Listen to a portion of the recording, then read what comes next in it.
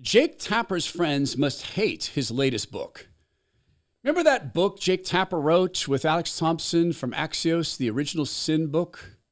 This is where they pretended that they were fooled by that terribly clever Joe Biden, who is so clever at the way he hid his dementia and his confusion and the fact that he wasn't running the country and the fact that the auto pen was running the country.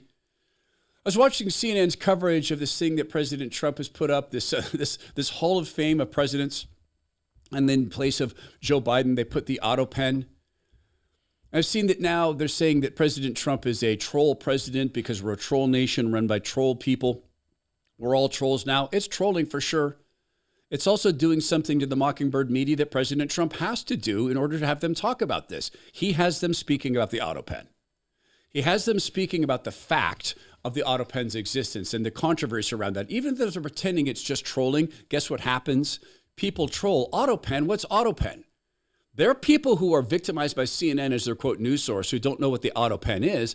And wouldn't you know it, they could run into some articles saying things like people who work for Biden admit that, yes, people sold access to the auto pen to get these pardons that never should have been given out because they're supposed to come from the signature of the President of the United States.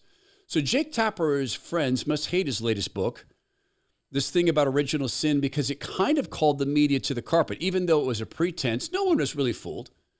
Everybody understood that Joe Biden was demented. Everybody understood he wasn't really running anything, just like everybody understands they're choosing not to report the importance of the story around the auto pen.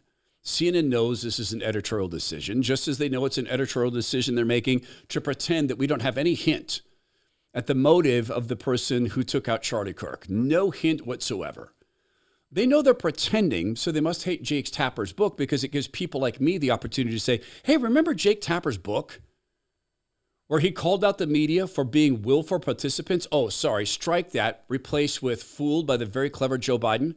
See, the media must hate this book because it set a standard for a hope for the future. Maybe we won't, quote, get fooled again.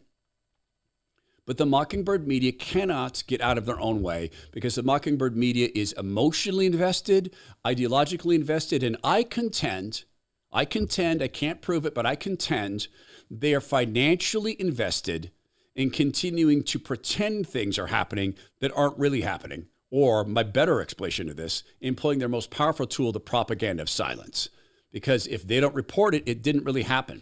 Case in point, the shooting at a club in New Hampshire. Someone was offed, unalived. 2 people were wounded. There was a story about this, and that story came from some of the people in the mockingbird media. They're called NBC News. So they ran the story. They even had a picture of some officers standing outside during the event, guy with a long gun, displaying good trigger discipline, and they employed the propaganda of silence. I'll share that with you in a second. It could be finance, it could be ideology, it could be both those things that are driving them to act this way within the mockingbird media because finance can drive people to do a lot of crazy things. We're seeing the UN sabotage, I think, an American president during a speech. That's a great bit of volatility. We're seeing an assassination culture in the United States. That's a huge piece of volatility. We're seeing a new digital coin seemingly every day, sometimes 2 times a day. That's volatility. We're seeing Apple being bought as if it's a growth stock. When Tim Cook, the CEO, says we don't expect more than 4 to 6% growth, that's volatility. Maybe this is the time to get really volatile. Try a bunch of new algorithmic trickery, or maybe it's a time to go back to the basics. If you're 5, 10, even 15 years from retirement, I beg you to go attend the free live webinar from Zach Abraham, October 2nd at 3:30 Pacific. Why? Because he's going to talk about how back to the basics has created a great year for them. They're having fantastic results. I've looked at them compared to some of the top traders. Bulwark's having fantastic results. Go learn why. All you need to do is register. It's a free live webinar, October 2nd at 3:30 Pacific. Go to knowyourriskpodcast.com. That's knowyourriskpodcast.com. Investment advisory services offered through Trek Financial LLC, an SEC registered investment advisor.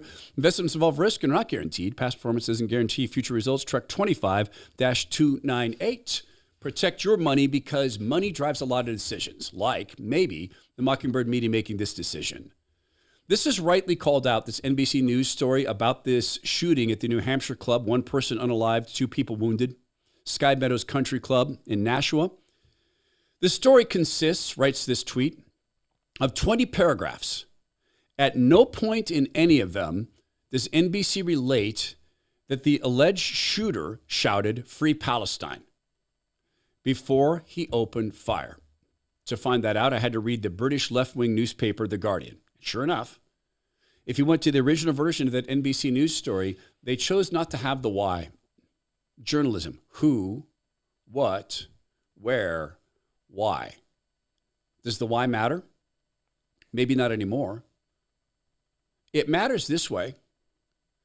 God sees all of the motives. God says, "You shall not lie." God understands the spiritual nature of all this because it's all spiritual. And God knows the decisions made in the editorial room at NBC.